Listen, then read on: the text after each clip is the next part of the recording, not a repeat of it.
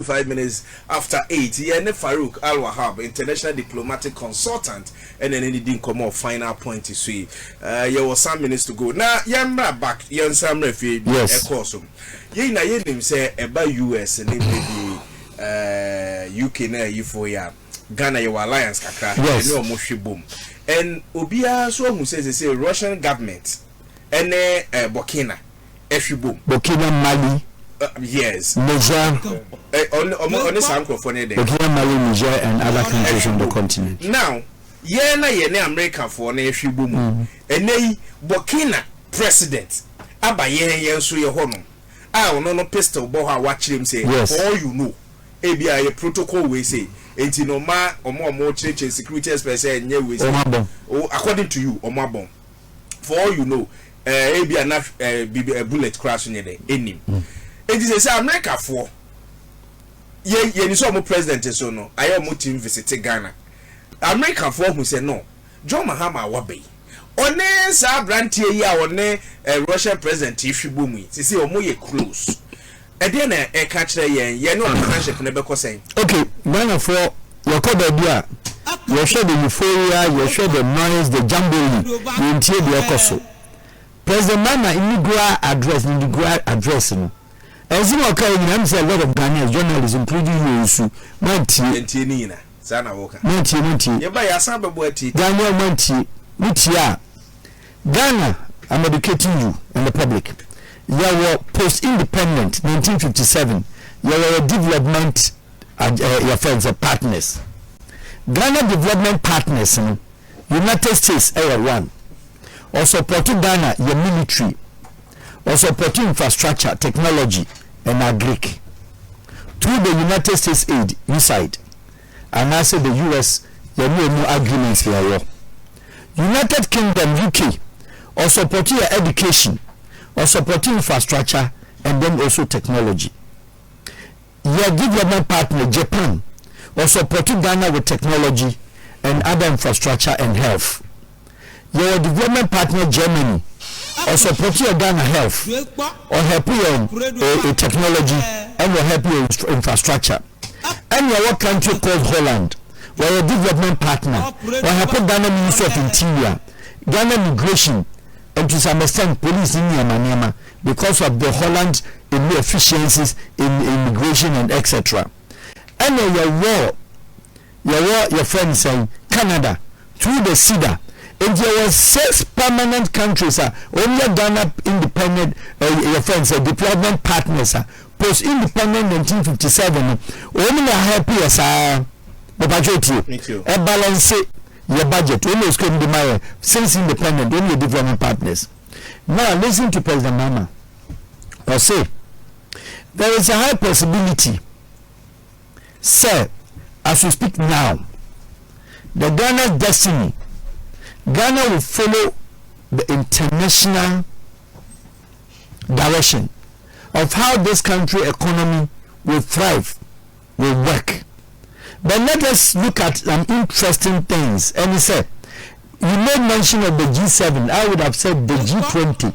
Because all these countries are development partners. Only outside G7, the Hollands, the UK, the United States, the Japan, the Germans, Russia, only a development partner. China, only a development partner. President Mahama said, some countries are your development partners in form the bigger support to Ghana over the years. Only GDP collectively have followed from 36% up to 30%. This is President Mahama talking. Now, if you look at the BRICS nation, Russia, Iran, Saudi Arabia, United Arab Emirates, South Africa, Brazil, any other countries, these are the BRICS. Their GDP had gone up sharply to 37%. President Mahama talking. So the destiny of his government, the destiny of Ghana, we look at what will benefit the country and which direction the essence of Ghana's economy will take shape. Ghana for So what does it tell you?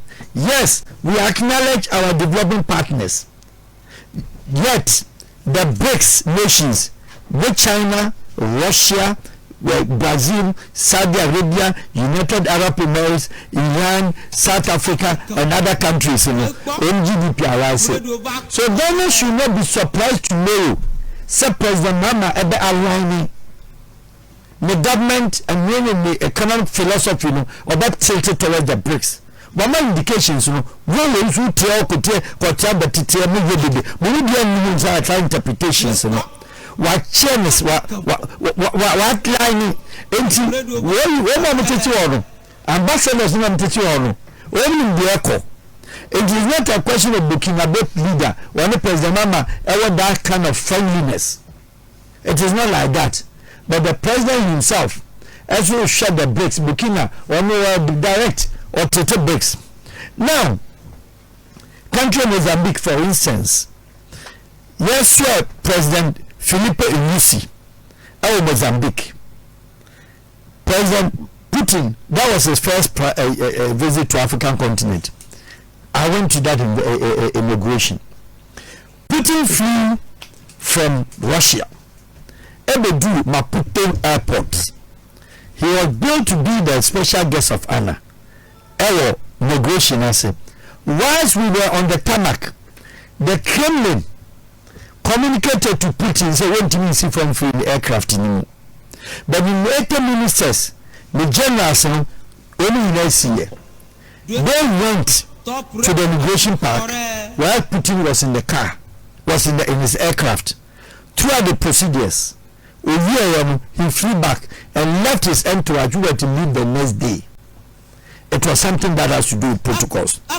Countries Russia, our African continent, maybe a treaty towards Russia, yes, China, I won't call Russia, but BRICS. Emancipation, or all the countries are liberated and emancipated nations, or on the destiny or on the choice of a economy, our persuading, but not notwithstanding what is between Ghana and these development agencies, partners, it remains intact. Not notwithstanding, it doesn't restrict Ghana from doing business with China. Already we are doing business with China. It doesn't restrict Ghana to join the alliance of the BRICS. It does not restrict Ghana to join alliance with China, with Iran, and then most of them are part. Very well. And Yanti Ahwasi said, and no rubber stamp government, and this gentleman who is the president of today, Opeswaye. Okay. Why president da? What not say with mistakes? Why president da? When we be able to lubricate anyhow Opesa or young economy. So second coming of John Dramani. Yes. What are you expecting from him? I'm expecting one thing. Sir, Obefa strong ministers, not only from his party, but then he should go outside the diaspora community. Okay. The diaspora community means country Korea or the refugees outside Korea. When person are there, Germany, other places, not the bed in the country. Chinese in the 90s, every Chinese outside China was a refugee. When the person are there, when the bed Turkish were slaves in Germany. Late up to 1998, every Turkish was a slave in Switzerland or Germany. When acquire the technology, Wama take your do baby. Brazilians were refugees in America. Japan had been a refugee before. All these countries, emerging markets most especially, only call for diaspora. But then the American President Mahama and the Ghanaians said, what do you mean come for the party activists and quite so percent the government very successful. Whereas say what they can indicate to say who pay system ministers. System ministers does not mean sister activists of NDC. Sister official ministers with Ghanaians collective. Say Blaster who said yet we call for Ghanaian born outside. Emmanuel the Blaster. What stop Ghana government and for that matter His Excellency President Mahama to do say because say international organizations around the world, world-based universities, most of the lecturers, head of departments of especially medical field, South Africa, head of orthopedic, the best orthopedic, they are all Ghanaians. What stops you from picking any of them? Let them come and challenge and do business with Ghana. We do not do that. because say president in betrase abehwe the party activists no more ministerial posts. When they go into the ministries, they only know say doing politics, but not to do the business of the day. That one is my expectation, sir. President Onye. Another area. Onye. Ma Onye sir. Yes, no means one. Do that. Okay. Also the Ghanaians at large. Okay. Your professions will come. The study, the knowledge partner of every presidency is your university. The last time I said, your friends are Cardinal Mills. Oh, we know I am a band of Ghana. Your friends are World Bank. Yes. I say Ghana for a good one. I am very experienced or more if you can go there and bring them in to support Ghana will go forward. Let me give you one thing. Alassane Ouattara, President of the Republic of la Côte d'Ivoire, only Côte d'Ivoire blood relations were not Ivorian. It was then the third one, President of la Côte d'Ivoire. La Côte d'Ivoire were burdened with the car. French farmer car a Kumunu, and your call UN General Assembly, and your call World Bank Copeska, or call them, and your Mukoto say. There is a certain person called Alassane Ouattara who was a director of World Bank. Only na na ye Côte d'Ivoire loan moduma. And now if you say we are doing this in the Burkina Faso. Sir, and how tia na Côte d'Ivoire law say it man nationality will be a bit my black country. And now last I can say Daname Garo listen. And we papa a farmer or Côte d'Ivoire our north into the Burkina Faso. Me pa chow mamen kopa World Bank chow. We have permission now, whether Black Côte d'Ivoire, no more prime minister. So it was an arrangement between the Côte d'Ivoire government of Hofo-Boigny and World Bank, and then release Alassane Ouattara and Maro. And one man of French Côte d'Ivoire passport. Or by on maybe sa politique du Ivoirien, politique ivoirité, Côte d'Ivoire politics, of who is an nationality politics. Then Côte d'Ivoire, I say, qui est ivoirien, mais épais, ou bien père. Et bien, nous m'avons un papa à dire, on est ivoirien, là, ça, il sait, elle dit non. Ou bien, on dit Côte d'Ivoire donne ma bête, ma casse, tu viens avec tout le monde. Et là, on m'a un prime minister. Et le best Côte d'Ivoire économie, le Brésilien, au fait dernier. Au fait, lui, on a National Assembly. That is the Speaker of Parliament on the subsidy and a cover bedi ebedi ni papa na de political father.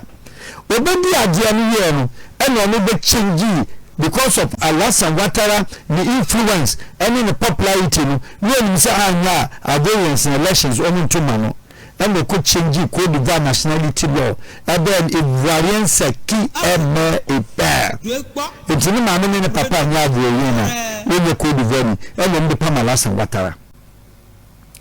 Laurent Gbagbo anybody at the buyer or force yourself no I go your either your mother or your father and so now Alassane Ouattara and qualified and in the lead the Côte d'Ivoire to kwaba say man woman we didn't so the national jazz Burkina Faso abaya going and serve the capacity of prime minister so you cannot render him say on your citizen and in the this Côte d'Ivoire to kwaba so therefore all what I'm trying to say is that Ghana has so much and so many good qualities, including our universities.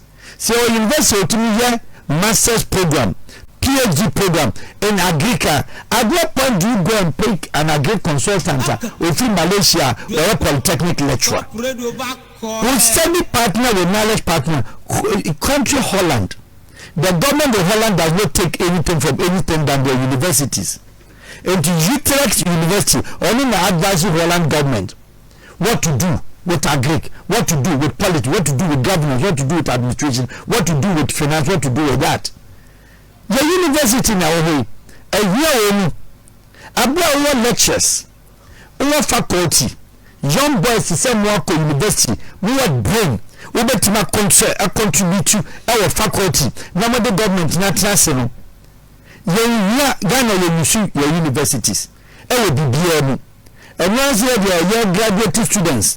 Obe disappointed if John Dramani Mahama a failure as a president. I don't pray to think of. No, you don't pray that. Everybody will be disappointed because everybody, including you, we have not had a situation of a president that has received mass support to begin with. His government. Sir, we're not the biggest voluminous your friends MPs out of the parliament, so he has nothing to lose. Now Ghanaians, the problem is only 4 years. Now we are looking at the 4 years. Where does it become from? Where does it begin from? President Mahama, my advice to you, you cannot do all the projects. Okay. You cannot fulfill all the manifesto. I have a problem with any of the parties so manifest within 4 years. Without your president, prioritize 2, 3, 4 things. I will do the castle. Agric year 1, health year 2, education, security there you don't have any problem with the security. But then the sanitation. President Mahama who started with government today about the whole circle, the BR Ebola, the whole Accra, the whole Ghana, Kumasi, everywhere city, the BR Ebola on the principal street. Concern circle Asiaho, Shabola Egu Asiaho. So your sanitation is a big problem. You made mention of 4 things. 4. That's education. On your education. On your agric health. And on sanitation. Sanitation. What of the corrupt? We say a Ghana for corruption is a matter of institution. Ghana is supposed not to be a corrupt nation. But we are in. We are in because relax. We are in because Ghanaians, including you, and I'm teaching you tonight. There is no country in the world, on the entire world, I produce chartered auditors, chartered accountants more than 250. Except not even the United States with all their education, not UK. We don't charter auditor. Not the best mathematicians, France and the Italians, only chartered auditors. Ghana is the home base, not even the mathematical Indians, not even the smart Chinese, not even the smart China and Ukraine are over 1.2 billion population. Only chartered auditors are only 250. Ghana war. If you have these people, how does the country become a corrupt nation? Because the principles of accountability, because the institutions are not made to work. But whereas you subject yourself to auditing, the President of the Republic of Ghana and the presidency, including the office of the Chief of Staff, and you're bad. But we say the country thrives on education. And if you have education and your citizens are not healthy, your hospitals, any problem with our health sector, we need healthy citizens, we are doing nothing. And we what do we need? Food security is a Greek. Ghana is a country that should be able to produce and sell. And the President Mahama said, "No, what? Can you do the killer boy? No, your tomatoes unqua. Let make sure, sir. Your tomatoes in your reserve bank. I will cold room. Cold room means a tomatoes. It's any season. You're too among them. Any season you're too watermelon. Any season you're too your friend is saying how do you call it? Tomato sugu. So these are the common things, especially the cash crops that fetches money. President Mahama, my advice to you: go to Holland. The US, the European Union have rolled out big budget. Send the citizens will be a farm. Any African country be a Biano. Monko, Mama land. But your only food basket, per Ghanaians, we Ministry of Agriculture, Amsterdam, Nonko Utrecht, Nonko chasing the Holland food basket. Number 4 Holland farmers, and in Ghana for equity of land, no near free. But the senior ministers, Nipa bi Mukuma, 9, we don't call Amsterdam. For 2 things, parliamentary education, up to now that program, every month to be a Holland government, or Mark Serbian Parliament, 90,000 for training, euros. Young from training MPs. Normally equipped to the standard so that they can stand on the floor of Parliament and debate. Proper debate, constructive debate. And all these things now, we have a lot of Ghanaian diasporans who are well equipped, well informed, well scholarized, well technologically empowered and supported by a hard training from outside. For only by your government, you know, now you enjoy business as usual. Okay. Me constituency or Dabia. Me na constituency chairman, and I'm here. And one thing, President Mahama, that some of us will not forgive you. Your Ghana, your concurrence, your friends, diplomatic missions, baby, chicken, and for so we have over 80 now powered up to about 90 diplomatic missions. A small country like Ghana, you need share embassies in the back. We embassy in Gambia. Now I'm not the diplomats are could no the staff will be back. We need salary. Now we'll be a Dakar. Now we'll be a Cote d'Ivoire. Now we'll be a Mali. We will be a Burkina Faso. What's our will be a Niger? What's our Abuja? We will be a Togo. We will be Benin. And then I'll say, but who does that? Which country does that? Abu America, Mkwano, Mexican, on the missions, sir. We call Europe. We will Ghana a mission. Our Brazils. We'll take care of Brazils, ACP, African Caribbean Pacific, and then the European Union. Obetima double. For a career diplomat, a free Accra, Farouk diplomatic consular services. You don't need an embassy in Holland. If you have Belgium, you have France, you have Germany, we will be Spain, what will be Malta? What is that? And now Central Asia, we are China, why be Malaysia, what could be Singapore, what are you looking for? John Dramani Mahama, within these 4 years, beat my magic team beer, be forgetting another than Kwakufado. Well, I don't think any president in any country is to be forgotten. You cannot forget any president. Yes, President Nanado, maybe to you and to me and to Ghanaians, you know, it wasn't too, maybe satisfactory. Will you advise him to touch our constitution?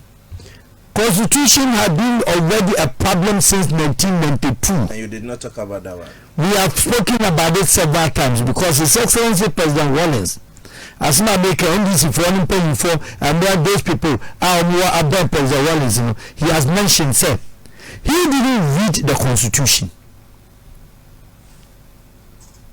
Because it was too voluminous. Well, not time the person who interpreted and read the Constitution for him, I am not trusting more than any person that he has ever worked with. Jerry Mecca. Or can same way, Madame Ziniye, Chinibu Akobia, Mohammed Alassa. Minya Bakitwa Fidel was not Ruby. Also, he trusted only one person when it was about the Constitution, any Mr. D.F. Only the catch a visa be okay, you must be okay. I say, if you are telling me, say, okay, I'll stand with my blood. So Jerry himself didn't read much of the Constitution. But when he sat back and now started reading out of boredom when he was no more president, he realized there were some things he wouldn't have signed. If the Constitution acknowledged, admitted, no, there were problems with the Constitution. Mayor Bonnie said, "Wo be bahana me ne matie phone in komoka." Yes, because on Mahama, anytime that you come, and I have 10 minutes to go. Any problem? Mami no muni in komoka. Go ahead. Okay.